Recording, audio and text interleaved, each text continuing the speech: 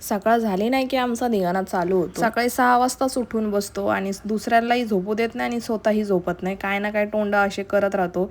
मग मला पण जाग येते, पण त्याचा बापू झोपलेलाच होता. त्याच्या अंगावर मस्ती करून करून त्याला पण उठवलं त्याने. त्यानंतर मी पण उठले, म्हटलं आता काय झोप तर मोडलीच आहे, चला काहीतरी कामं करूया. तर पटकन चपात्या बनवायला घेतल्या.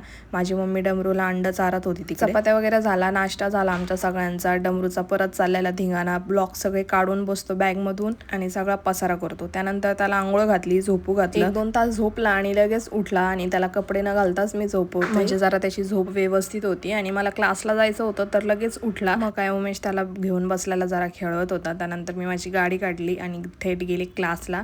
क्लास आज 1 वाजता होता. मॅडमने आज खूप काय काय शिकवलं. आमची एवढ्या दिवसाची प्रॅक्टिस चालू होती.